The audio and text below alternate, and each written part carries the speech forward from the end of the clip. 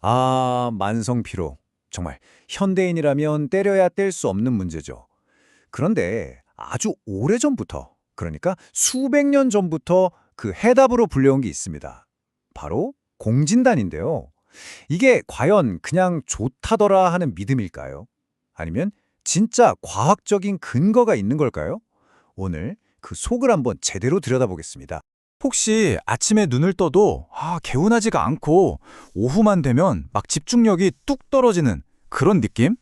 아마 많은 분들이 공감하실 거예요. 이게 바로 우리의 현실이죠. 그런데 만약에요, 이 지긋지긋한 피로의 고리를 끊어낼 방법이 사실은 아주 오래전부터 우리 곁에 있었다면 어떠실 것 같으세요? 맞습니다. 정말 수세기 동안 사람들은 활력을 되찾고 싶을 때 공진단을 찾아왔어요. 근데 여기서 솔직한 질문이 나오죠. 이게 정말 효과가 있는 걸까요? 아니면 그냥 좀 비싼 마음의 위안, 그런 걸까요? 자, 오늘 우리가 바로 그 현미경을 들고 진짜 답을 한번 찾아보겠습니다. 자, 그럼 오늘 우리가 살펴볼 순서는 이렇습니다. 먼저 과학자들이 어떻게 연구를 시작했는지, 그리고 동물 연구를 통해 그 원리를 어떻게 파악했는지 볼 거고요. 제일 중요한 거, 바로 사람에게 적용한 시험 결과도 확인해 볼 겁니다. 그리고 마지막으로 이게 우리에게 어떤 의미가 있는지까지 쭉 짚어볼게요. 네, 첫 번째 파트입니다. 과학적인 탐구. 모든 이야기에는 시작이 있잖아요.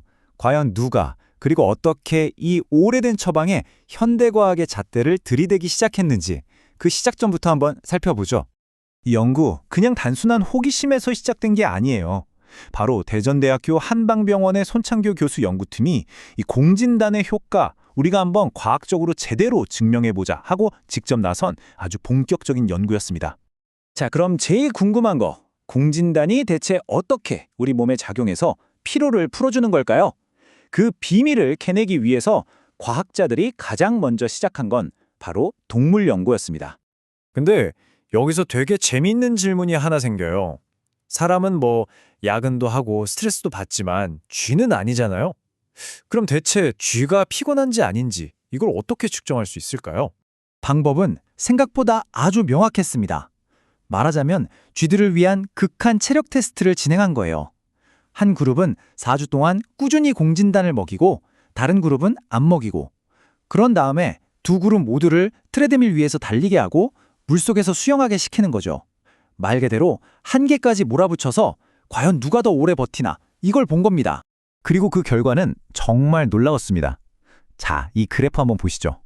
공진단을 먹은 쥐들이 그렇지 않은 쥐들보다 그냥 좀 더가 아니라 압도적으로 오래 달렸습니다. 이거 컨디션이 좀 좋았네 하는 수준이 아닌 거죠. 몸속에서 뭔가 근본적인 변화가 일어났다는 아주 강력한 신호였습니다. 네, 쥐가 더 오래 달렸다는 건 이제 알겠어요. 그럼 이제 더 깊이 들어가 봐야죠. 도대체 쥐의 근육 속에서는 무슨 일이 벌어졌던 걸까요? 바로 이 화면이 그 핵심을 딱 보여줍니다. 왼쪽을 보면 격렬한 운동 후에 일반 쥐의 근육은 에너지원이 그냥 바닥나버리고 근육 조직도 손상되고 염증까지 생겼어요. 그런데 오른쪽 공진단을 먹은 쥐는 완전히 달랐습니다. 첫째, 에너지원이 빠르게 다시 채워졌고요. 둘째, 근육 손상이 훨씬 적었습니다. 그리고 셋째, 피로의 주범인 염증까지 줄어든 게 확인된 거예요. 이걸 자동차에 비유하면 그냥 연료만 넣어준 게 아니라 엔진오일로 엔진을 보호하고 냉각수로 과율까지 막아준 그런 완벽한 케어라고 할 수 있죠. 동물 실험 결과 정말 인상적이죠. 하지만 우리 모두가 기다리는 진짜 질문은 바로 이겁니다. 그래서 사람한테도 효과가 있을까? 자, 이제 이 이야기의 가장 중요한 부분, 바로 하이라이트입니다. 인체 시험 결과를 직접 확인해 보시죠. 그리고 이 시험은요, 그냥 대충 한 게 아닙니다. 의학계에서 최고 표준, 그러니까 골드 스탠다드라고 불리는 가장 엄격한 방식으로 진행됐어요. 이게 뭐냐면 연구하는 사람도 참여하는 사람도 누가 진짜 공진단을 먹고 누가 가짜 약을 먹는지 전혀 모르게 하는 거예요. 왜 이렇게까지 하냐고요? 이거 좋은 약이래 하는 기대감 같은 심리적인 효과를 싹 빼고 오로지 진짜 순수한 효과만 깍 가려내기 위한 최선의 방법이기 때문입니다. 그럼 피로는 어떻게 만들었을까요? 연구팀은 아주 현실적인 방법을 썼습니다. 참가자들의 잠을 딱 4시간만 재운 거예요. 와, 진짜 하루 이틀만 4시간 자도 사람이 얼마나 힘든지 다들 경험해 보셨죠? 정말 극한의 피로 상황을 일부러 만들어낸 겁니다. 그런데 여기서 진짜 놀라운 사실이 하나 있습니다. 이 중요한 시험의 참가자가 겨우 23명이었어요. 보통 이런 연구는 수백 명을 대상으로 하거든요.